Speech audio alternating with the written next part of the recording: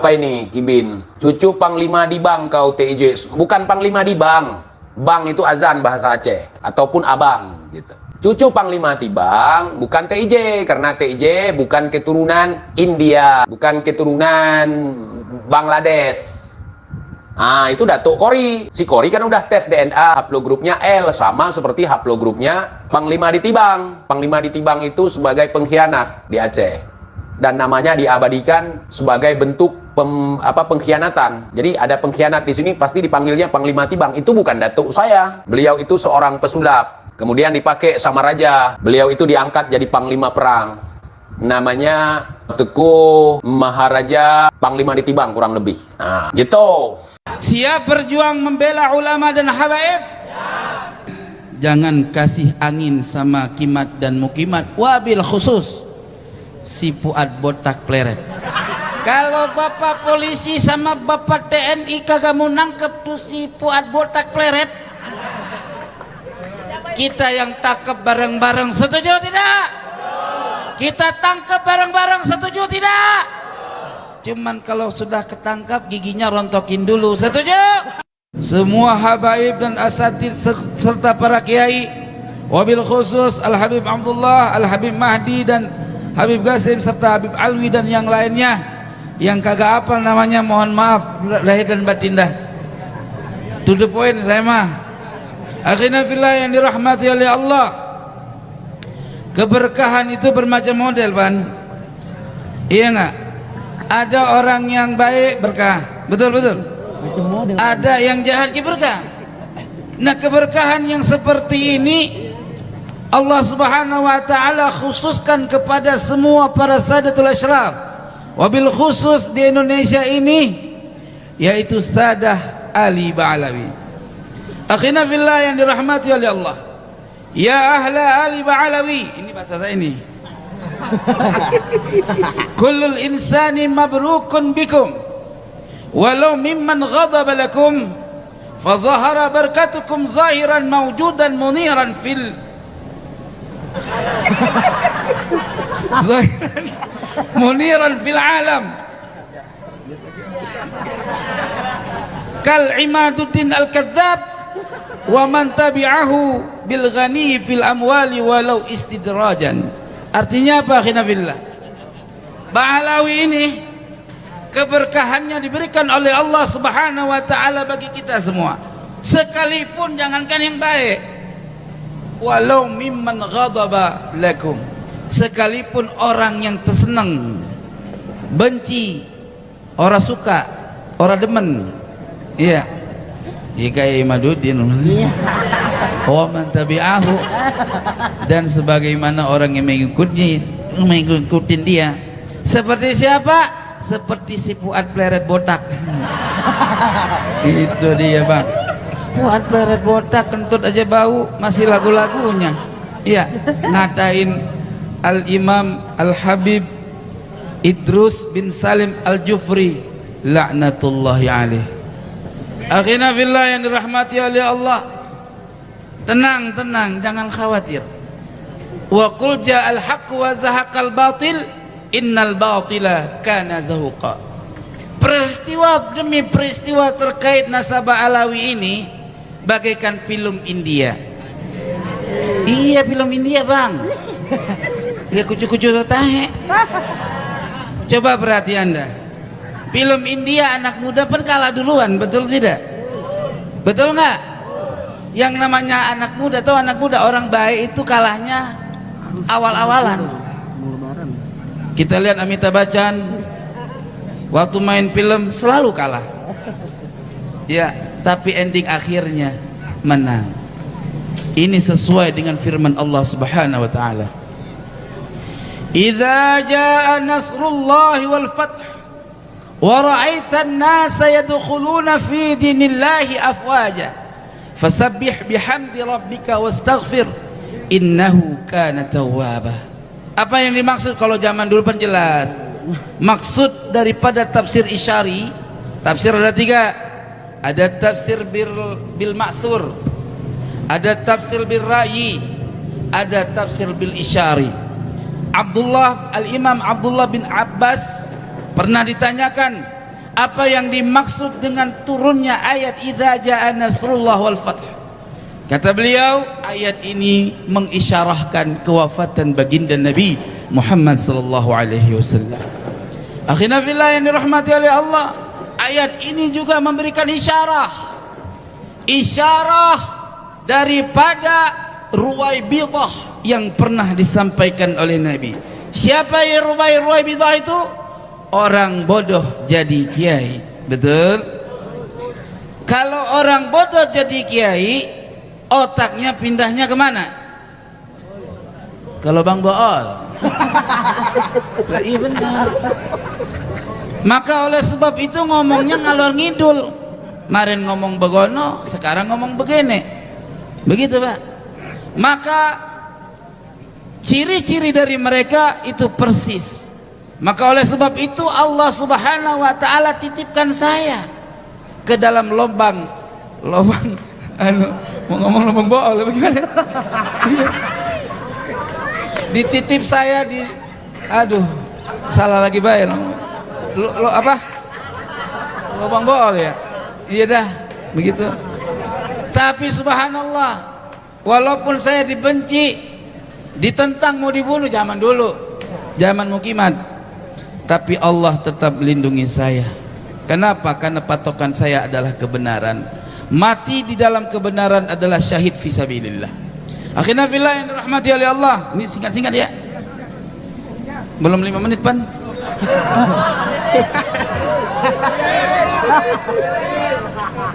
Lantar kita kagak bisa sunnah malam Idul Fitri Pak.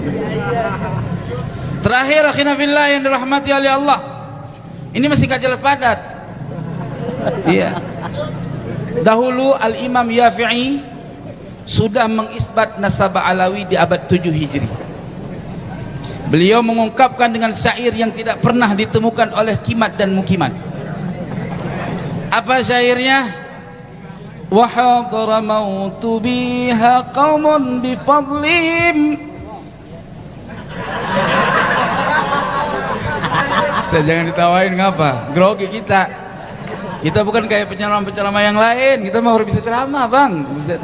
Lagi belajar ini, Ge. Gemeter tuh kaki kita. Aduh. Yastamtirul waqiful hami minad diyami banu aba alwi wal kiramu banu ibadus sadatil hamuna lil harami ibadatus sadatil alhamun lil harami.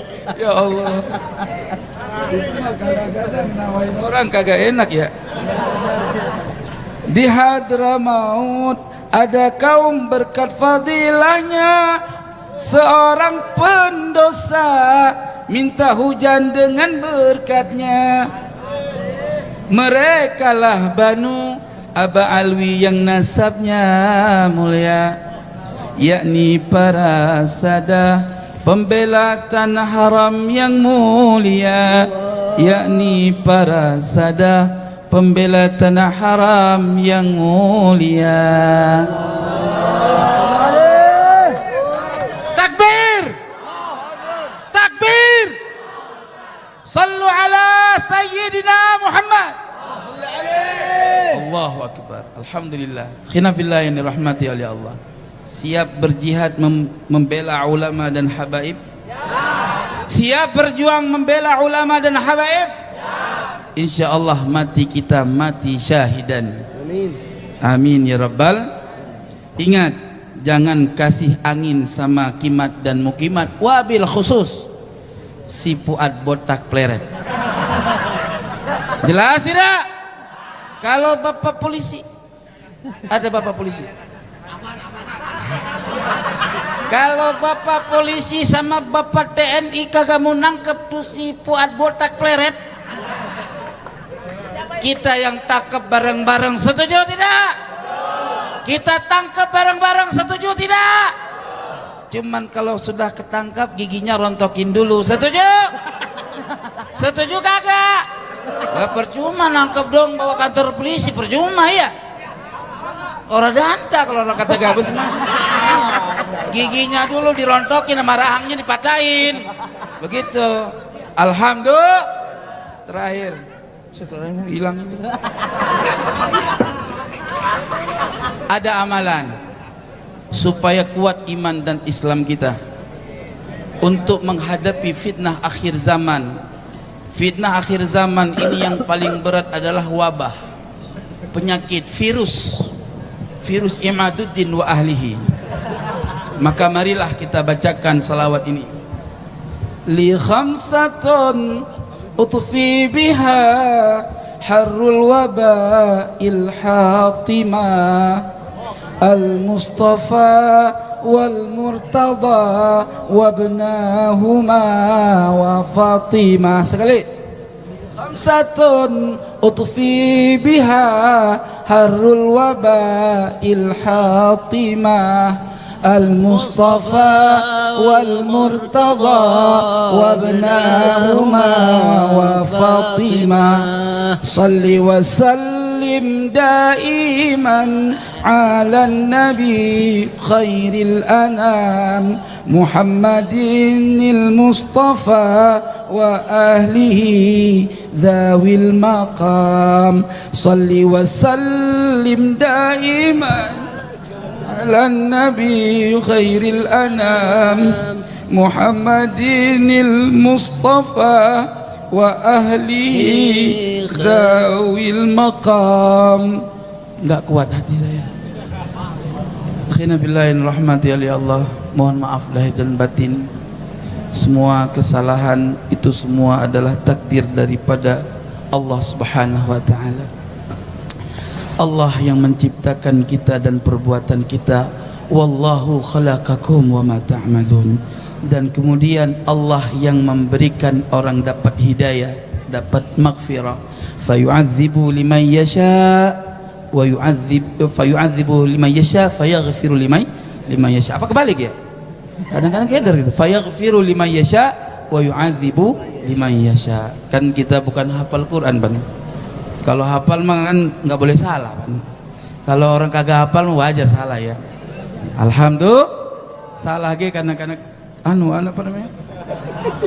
Apa demam panggung ini geter ini benar. Oke, baik, terima kasih. Itu hanya sebatas narasi kita ya. Bukan ceramah ini mah, mohon maaf ya Habibana. Mobil khusus Habib Mahdi ini, beliau di sisi saya adalah abu-abu sama pintu langit. Asbab beliau saya berkenal dengan Al Habib Qasim, Habib Abdullah, Habib Alwi yang subhanallah udah dikasih Alphard buat saya ini. Syukran Bib, Alphardnya buat saya ya.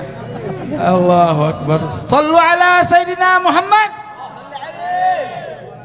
Terima kasih atas segala perhatiannya dan kemaafannya. Saya akhiri dengan kalimat wallahul muwaffiq ila aqwamit thariq.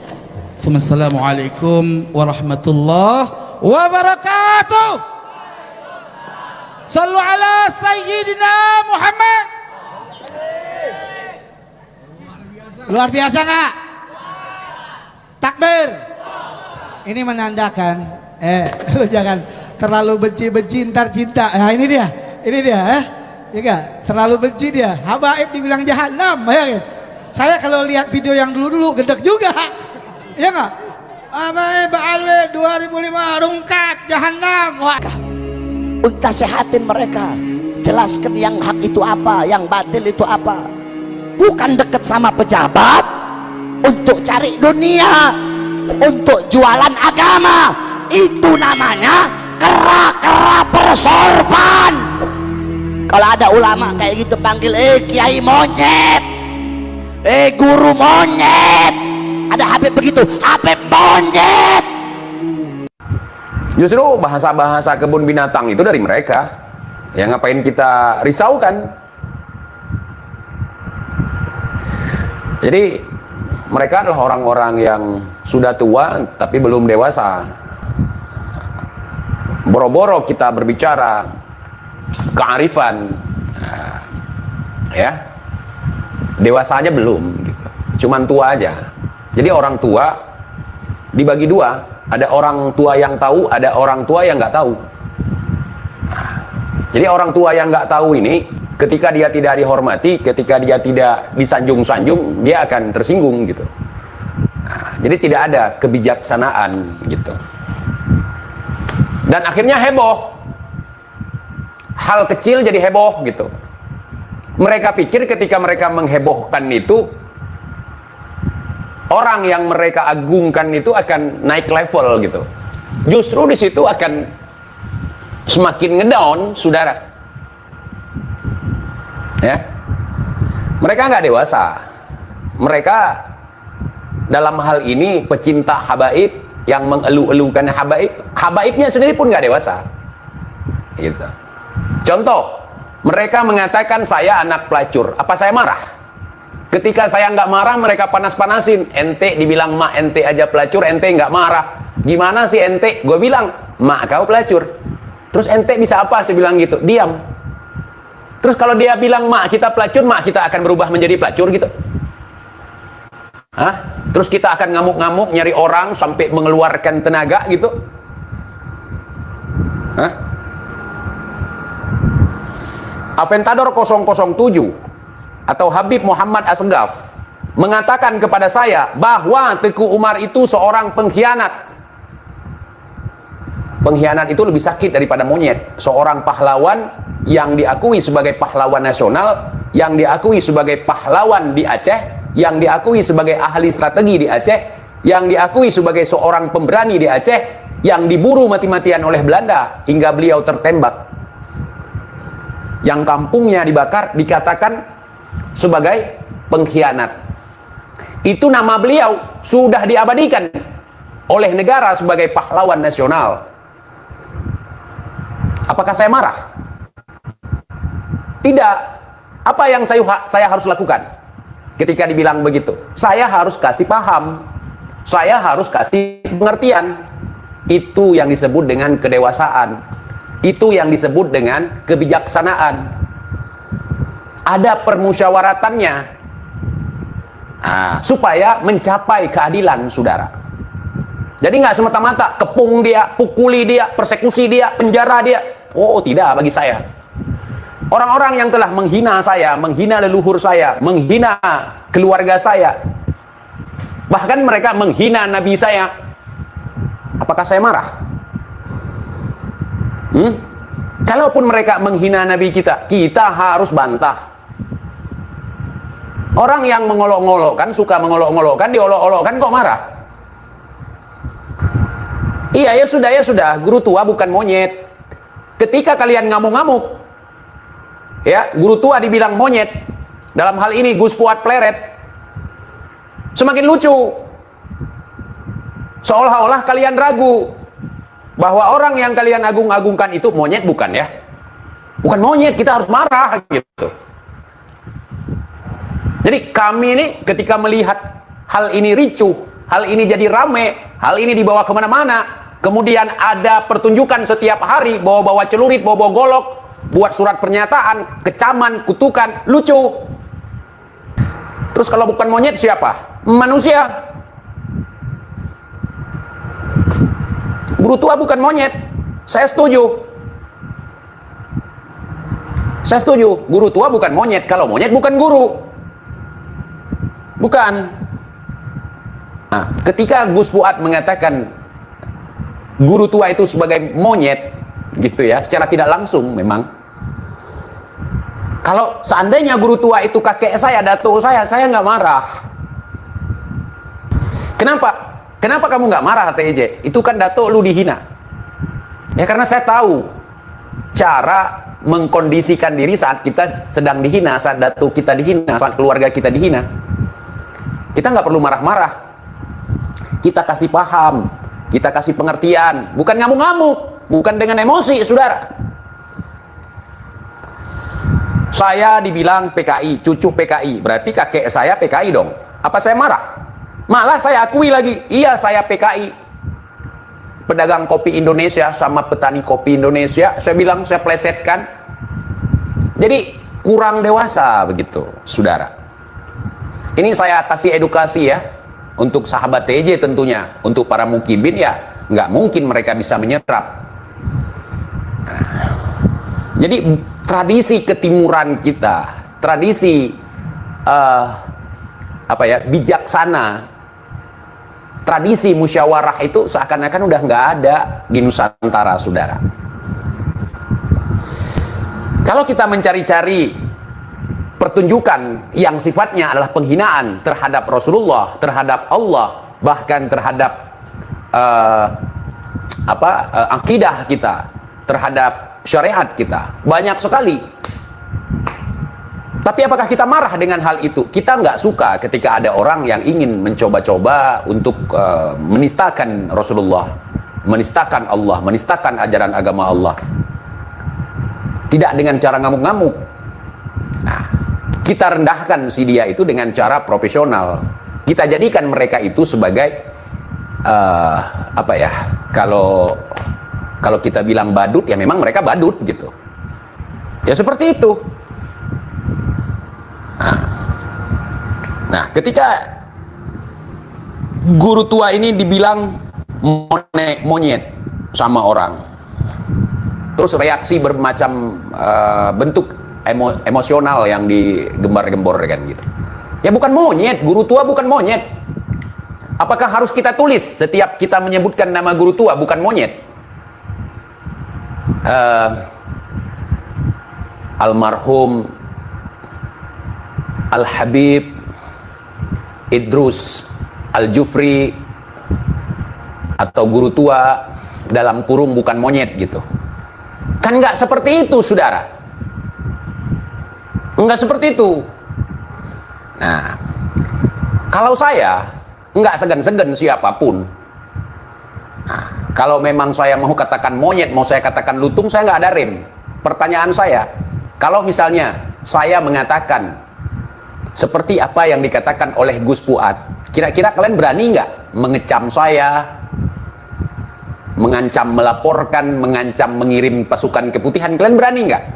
Kalau saya mengatakan seperti yang dikatakan oleh Gus Fuad terhadap guru tua, sah. Saya punya rekaman Habib mengatakan bahwa Teguh Umar adalah pengkhianat.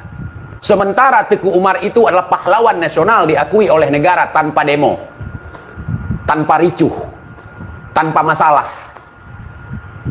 Gitu. Ya, saya simpan omongan Aventador 007. Gitu. Lah, kalau misalnya saya ingin kekanak-kanakan seperti kalian, seperti para habaib atau seperti para mukibin, saya bisa aja. Gitu. Saya bisa aja. Tapi saya tidak mau melakukan hal yang seperti itu gitu. Nah, terus kalian paksakan kami untuk percaya bahwa guru tua itu adalah sebagai pahlawan gitu. Saya nggak percaya sebelum disahkan oleh negara sebagai pahlawan nasional. Apalagi Aventador 007 atau Muhammad Asghaf mengatakan kalau tidak ada guru tua maka tidak ada Indonesia, atau Indonesia tidak akan pernah berdaulat gitu. Dan gue merasa itu dongeng gitu. Nah, di saat seluruh Indonesia sudah berhasil ditaklukkan oleh Belanda, maka satu-satunya yang belum bisa ditaklukkan oleh Belanda daerah tempat tinggal saya, teman-teman. Nah, karena ketika pemimpin ditangkap di Aceh, ketika pemimpin ditangkap oleh Belanda di sini, maka kepemimpinan akan dipegang oleh orang lain, yakni kadhi negara. Begitu. Dan kedaulatan itu tidak bisa diambil oleh penjajah. Nah, makanya kita ribut sampai sekarang, sampai 2005 kemarin itu, sampai perang kan. Nah, karena sebagian orang menyerahkan kedaulatan kepada negara Republik Indonesia, saudara. Nah, saya justru ingin ada banyak habaib diusulkan sebagai pahlawan nasional, walaupun ketika diusulkan sering terpental, ditolak. Itu bukan kriminalisasi yang dilakukan oleh pemerintah, saudara. Bukan. Walaupun sering terjadi pembantaian, kemudian peleburan seperti Aceh dileburkan menjadi Sumatera Utara gitu. Tapi ya seperti itu. Saya ingin Habib ada yang jadi pahlawan, apalagi ada yang syahid sejarahnya, tapi bukan rekayasa, sejarah beneran gitu. Sejarah beneran gitu. Dia berperang di pertempuran ini, tanggal berapa, bulan berapa, tahun berapa, kemudian disahkan oleh negara sebagai pahlawan begitu. Nah, dan saya nggak keberatan kalau misalnya kalian mau kalian usulkan sebagai pahlawan gitu, tapi harus dengan data yang real gitu. Nah, ya kalau cuman guru di Aceh itu banyak sekali kalau mau diusulkan gitu untuk jadi pahlawan nasional gitu. Tetapi kami masih banyak yang lebih layak, yang bertempur, sekaligus seorang ulama yang bertempur gitu di medan perang gitu, yang syahid di medan perang, itu yang diusulkan.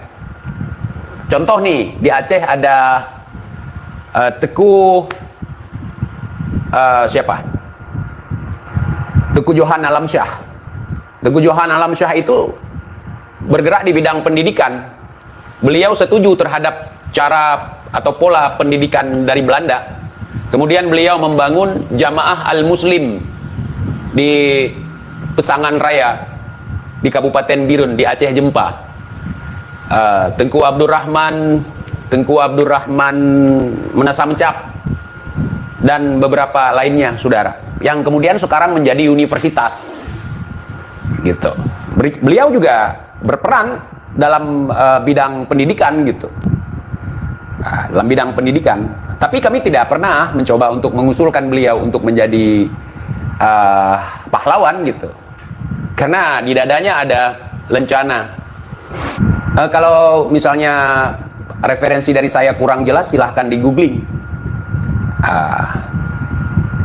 Teguh Johan Alamsyah gitu. Teguh Johan Alamsyah, bisa di googling boleh, bisa datang juga ke sini gitu ya.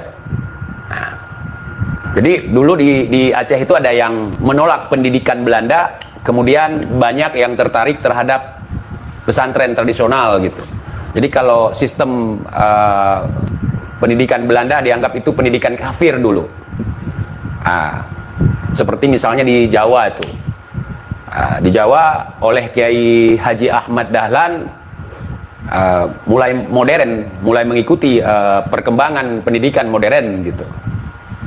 Jadi kalau dulu agak sensitif hal yang seperti itu. Kibin kebalik otaknya. Jadi kalau kita bilang fakta, mereka bilang hoax, bohong gitu. Kalau kita bilang ada datuk orang, Habib, jadi emas, mereka itu yang lebih dipercaya sama mereka gitu. Kalau datuk gua nggak ada, yang keluar emas nggak ada. Gitu. Saya akan hormat siapapun ketika disahkan oleh negara sebagai pahlawan nasional gitu. Tetapi ketika ada pahlawan nasional tentu ada referensi, tentu ada sejarahnya perjuangan beliau gitu. Menarik untuk kita baca.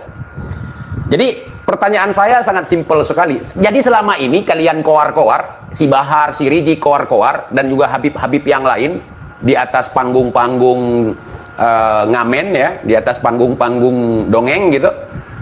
Datuk-datuk kami yang telah mengusir penjajah, mereka siap berdarah-darah, mereka siap merenggang nyawa demi Indonesia, saudara. 2025 baru diusulkan jadi pahlawan. Itu pun guru, saudara. Nggak apa-apa. Guru karang lagu, itu nggak apa-apa. Sementara datuk-datuk kami di sini bukan ngarang lagu, bukan cuman pimpinan yayasan, saudara. Mereka itu orang-orang yang terjun langsung ke dalam medan pertempuran, saudara. Mereka itu ulama yang merangkap sebagai panglima perang, saudara. Mereka masih punya karya yang bisa kita baca sampai hari ini, saudara. Tulisan-tulisan mereka masih ada sampai hari ini, saudara, dalam bentuk manuskrip. Nah, mungkin di sana keterbatasan pahlawan, nggak apa-apa. Nggak apa-apa. Nah, kalau misalnya ini guru tua yang bukan monyet ini mau jadi pahlawan, nggak apa-apa. Nggak apa-apa. Kita nggak iri dengan hal yang seperti itu. Cuman kalau yang model seperti itu mau diusulkan dari Aceh cukup banyak masih. Cukup banyak. Bahkan yang ada kuburannya di Blora itu nggak, di Blora Jawa Tengah itu belum diusulkan. Ada yang belum diusulkan. Malah kemarin Gubernur Jawa Tengah itu Pak Ganjar itu malah pingin mengusulkan. Karena memang mereka pahlawan yang diasingkan ke Blora Jawa Tengah. Kuburannya di Blora Jawa Tengah. Gitu. Kita nggak berbicara saya yang paling baik, daerah saya yang paling hebat, datuk saya yang paling sakti gitu. Enggak. Kalau kita menceritakan hal seperti itu nggak akan selesai. Begitu. Berapa banyak pahlawan-pahlawan dari Aceh yang kuburannya di Pulau Jawa? Bahkan raja terakhir Aceh dimakamkan di Jakarta, dimakamkan di Sumedang, dimakamkan di Blora. Di Blora itu bukan 1-2 orang gitu. Datuknya Bung Lubis, datuknya saya, makamnya di situ, saudara. Tapi tidak saya gembar-gemborkan dulu, sekarang baru. Kenapa? Karena kami dikasih pemahaman begini. Biarlah jasa mereka itu dicatat oleh Allah Subhanahu wa taala sebagai amal jariah mereka, sebagai jihad fi sabilillah. Mereka sampai meregang nyawa di dalam pengasingan, saudara. Jadi kan terlihat hari ini. Beberapa tahun lalu mereka selalu keluar-keluar datuk mereka. Keluar ada apa ya? Orang itu kan kalau dilarang malah justru penasaran gitu. Lah, guru tua ini sebenarnya ya sudah tutuplah saja permasalahannya, nggak usah merekrut bapak-bapak yang berada di daerah Kaili sana, Palu ya, dengan bersidang adat di sana. Itu nggak perlu seperti itu, langsung perbaiki manajemen al khairat. Nah, maka nama baik guru tua akan ikut ya, tidak tercemarkan ya seperti ini gitu. Malah justru bengok-bengok tuntut lah, akhirnya orang tahu semua kan malah gitu. Akhirnya orang malah tahu yang sebelumnya tidak tahu kalau guru tua itu siapa, guru tua al khairat itu ya, akhirnya semua tahu. Apalagi ketika nanti kita telusuri alumninya ya, Bahar bin Sumed itu kan 12 tahun mondok dan sekolahnya di al khairat, tapi Manado cabang Palu ya, tapi hasil dari ilmunya tidak sesuai dengan harapan yang ada. Ini kan memalukan ya, apalagi didukung oleh mondok yang lain selain dari al khairat Manado sana, yakni Gondalwa ke Jakarta, dan hampir 18 tahun mondok dan ngaji ya. Tapi hasilnya ya hanya memprovokasi lah. Inilah nanti kalau ditelusuri semua malah tambah keluar ya aurat atau kekurangan dari al khairat. Oleh sebab itu demo yang anfaedah itu jangan diteruskan lagi. Kalau memang mau diteruskan silahkan melalui kajian-kajian, diseminarkan. Dan ada kabar yang menggembirakan dari akademisi yang ada di Palu, Sulawesi Tengah sana, bahwa memang tidak ada sejarahnya ya pencetus, penemu, pengusul bendera merah putih itu Sis Al-Jufri, ya tidak ada. Bahkan dari kalangan akademisi di Sulteng sana itu menantang, apa ada yang bisa membuktikan bahwa yang mengusulkan ke Pak Karno ya itu adalah Sis Al-Jufri ya, untuk menggunakan bendera merah putih sebagai bendera negara. Nggak ada yang berani. Nggak ada yang berani. Okay. Alifa Alesa Habib Aidit, gak apa-apa, imigran Yaman.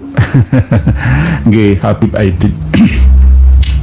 Bu Rosi Asga Putri, siapa tuh guru tua yang suka hinggap di jendela? Itu kakak tua Bu Rosi, bukan guru tua. Jadi guru mudanya itu Gus Fuad Blaret ya. Tetapi walaupun begitu kita tetap berada di tengah, mendamaikan semua sesama umat Islam. Kalau kayak siang sampai sore tadi itu kan memalukan, nggak ada pendukungnya. Terus bolak-balik dikandani, jangan. Tapi angel tuturane, akhirnya jadinya kayak begini ini gitu loh. Umat Islam Indonesia ini sudah cerdas semua, tinggal yang belum cerdas itu. Oleh sebab itu harus dibersihkan, disadarkan kawan-kawan yang terkena brainwashing, cuci otak dari kalangan mereka. Tidak hanya dari hasil cuci otaknya Habaib Alawi saja, tetapi hasil brainwashingnya Lembaga Dakwah Islam Indonesia. Lembaga Dakwah Islam Indonesia yang memiliki cabang di mana-mana, 34 provinsi itu ada semua. Itu juga bahayanya luar biasa. Dan NU diam saja, Muhammadiyah juga pasif, tidak bergerak untuk menyadarkan umatnya.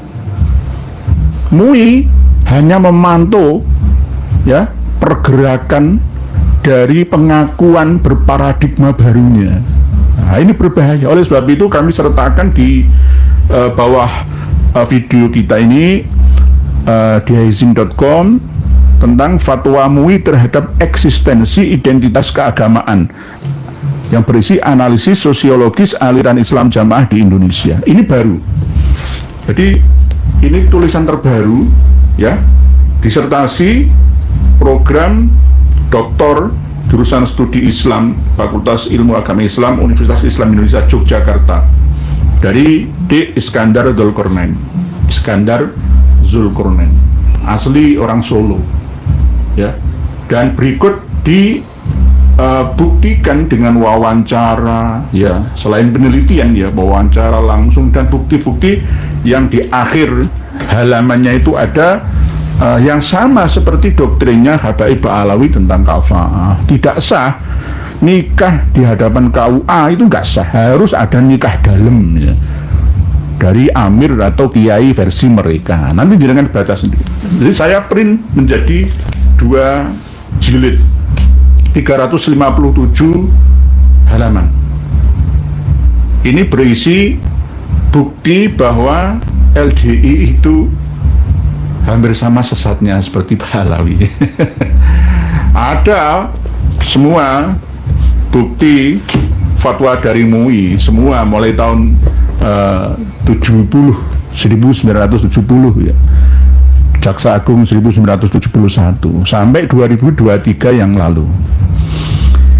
Dengan nanti baca sendiri. Isinya juga penuh dengan doktrin dan doktrin membius, brainwashing, cuci otak terhadap pengikutnya. Yang ini akhirnya membuat Islam itu tidak mampu bersaing dalam kancah dunia perteknologian saintifik kita, sehingga hanya berdasarkan dogma dan dogma, hanya yakin dan yakin saja. Keyakinan itu bersifat netral sehingga mudah dibelokkan kemana, tergantung yang mendoktrinnya. Ini LDI, tolong nanti MUI juga ada proses untuk membubarkan satu organisasi itu, yakni kejaksaan dulu, baru Bakor Pakem, terus dengar pendapat antara MUI, DGI, WAMI, Walubi, PDI, Matakin, ini yang berhubungan dengan non-muslim ya. MUI dulu, terus lalu Muspida. Setelah itu SKP 3 Menteri atau SK Kejaksaan Tinggi, terus 6 berupa pasal 156A KUHP penistaan penodaan agama. Apakah Ba'alawi ada unsur itu? Ada, wong rukun Islam ada 6 kok. Rukun iman ada 7. Ada lagi doktrin-doktrin yang tidak sesuai dengan syariah, hakikah, dan ma'rifah ala ahlus sunnah wal jamaah. Nanti lalu yang ke-7 dibubarkan oleh presiden yang melalui menterinya, ada tanda tangan Presiden Republik Indonesia. Jadi mekanisme pembubaran aliran sesat di Indonesia itu seperti itu. Oleh sebab itu seharusnya FPI, Front Persaudaraan Islam, itu berada di pihak kami, karena tujuannya kan amar ma'ruf nahi mungkar.